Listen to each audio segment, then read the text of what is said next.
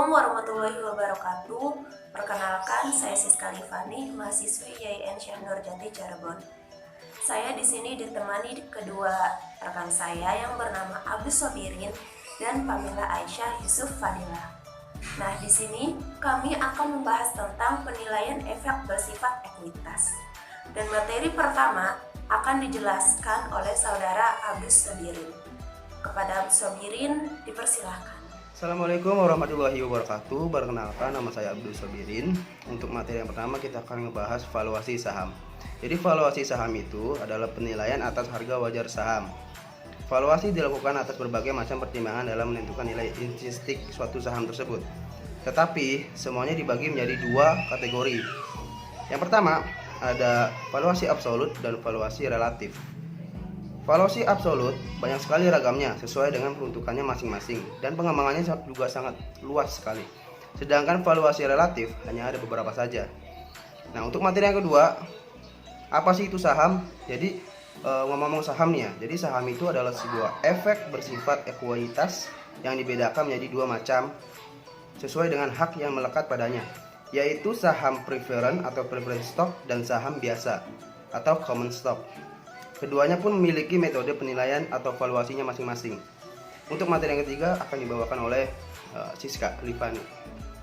Kedua macam tersebut adalah saham biasa dan saham preference.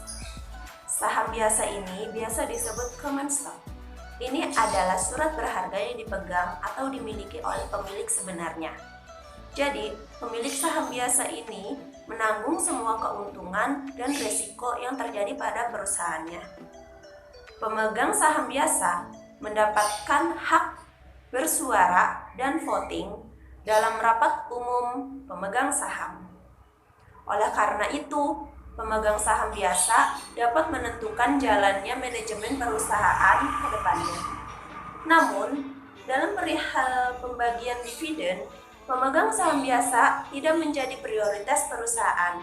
Untuk menentukan harga wajar saham biasa, caranya dengan menggunakan dua metode. Metode yang pertama adalah DDM, Dividend Discount Model. DDM ini adalah salah satu metode klasik yang digunakan untuk menentukan harga wajar saham. Idenya sederhana. Harga wajar dari suatu saham merupakan present value dari seluruh dividen yang akan didapatkan di masa datang. Dividen ini didasarkan pada keuntungan perusahaan dan keputusan manajemen untuk membayar dividen atau menginvestasikan kembali keuntungan untuk pengembangan perusahaan. Bagi investor yang memegang saham biasa hanya untuk satu periode, misalnya 1 tahun, maka nilai dari saham biasa adalah sebesar nilai sekarang dari dividen yang akan diterima selama 1 tahun dan nilai sekarang dari harga pasar tahun depan. Rumusnya ialah VCS sama dengan D1 per 1 plus KCS ditambah P1 per 1K plus KCS, yang mana VCS itu adalah nilai intrinsik atau nilai sekarang dari saham biasa. D1 adalah dividen yang akan diterima tahun depan atau tahun pertama. P1 adalah harga saham biasa tahun depan atau tahun pertama. Sedangkan KCS adalah tingkat pengembalian yang diinginkan pemilik saham biasa.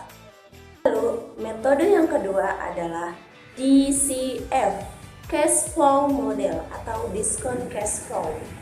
Ini adalah metode analis fundamental yang paling sering digunakan oleh analis dalam melakukan valuasi saham. Konon, Warren Buffett juga menggunakan metode ini untuk melakukan valuasi saham. Metode ini terbagi menjadi dua, yaitu FCFF dan FCFE. FCFF ini singkatan dari Free Cash Flow for the Firm.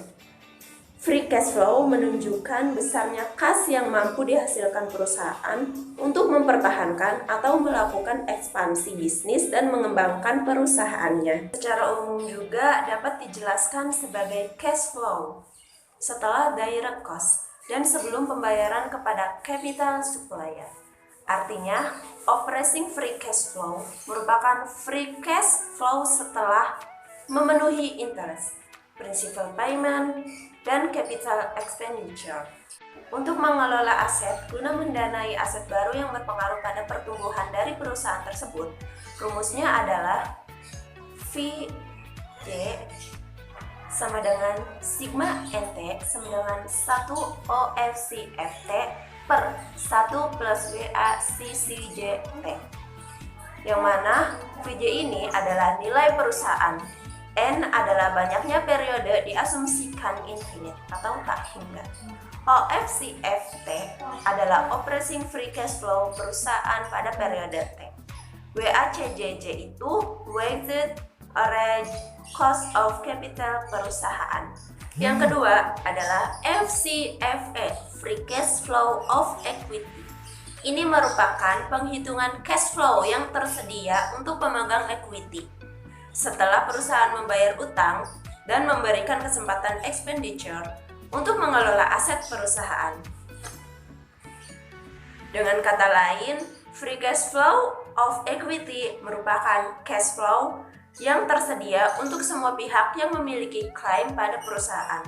Rumusnya ialah VJ sama dengan sigma NT sama dengan 1 FCFET per 1 plus KJT, yang mana VJ itu adalah nilai perusahaan, N-nya itu banyaknya periode diasumsikan infinite atau tak hingga.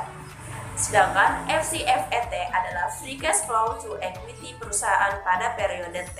Saham selanjutnya adalah saham preferred, yang mana akan dibahas oleh teman saya yaitu Pamela Aisyah Yusuf Fadilah. Nama saya Pamela Aisyah Yusuf Fadilah. Saya akan menjelaskan macam saham yang kedua, yaitu saham preference, atau dalam bahasa Inggris disebut preferred stock. Ialah bagian saham yang memiliki tambahan hak melebihi saham biasa. Saham jenis ini bisa memberikan prioritas atau preference pilihan kepada pemegangnya. Tetapi saham ini tidak memiliki hak voting di dalam rapat umum pemegang saham atau RUPS seperti halnya pada saham biasa. Ada beberapa jenis saham preference, di antaranya 1. Saham preference partisipasi, yaitu saham preference yang membagikan dividen kepada pemegangnya. Pemilik saham ini setelah menerima dividen tetap mempunyai hak untuk membagi keuntungan yang dinyatakan sebagai dividen kepada pemegang saham biasa, atau disebut participating preference shares. Yang kedua, saham preference non-kumulatif, yaitu saham preference yang tidak mempunyai hak untuk mendapatkan dividen yang belum dibayarkan pada tahun-tahun yang lalu secara kumulatif, atau disebut non-cumulative preferred stock. Ada juga beberapa hal lain yang perlu diketahui mengenai saham preference ini, yaitu saham preference memiliki klaim tertinggi di atas saham biasa, atas aset dan laba perusahaan, serta memiliki hak pembayaran dividen yang tetap.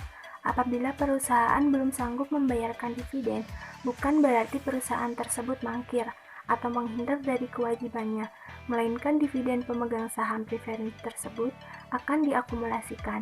Oleh karena itu, saham preference disebut juga hybrid security, karena meskipun bersifat ekuitas, namun juga memiliki hak seperti efek bersifat hutang. Evaluasi untuk menghitung present value dari preferred stock dapat dilakukan dengan metode perpetuity, yaitu VPS sama dengan annual dividend atau dividen tahunan dibagi required rate of return atau angka pengembalian yang diperlukan. Keunggulan saham preference ini adalah lebih aman dibandingkan dengan saham biasa, karena saham preference memiliki hak klaim terhadap kekayaan perusahaan dan pembagian dividen terlebih dahulu. Akan tetapi saham preference juga mempunyai kelemahan, yaitu sulit untuk diperjualbelikan seperti saham biasa, karena jumlahnya yang sedikit. Demikian yang dapat kelompok 12 sampaikan, kurang lebihnya mohon maaf. Wabillahi taufiq wal hidayah. Wassalamualaikum warahmatullahi wabarakatuh.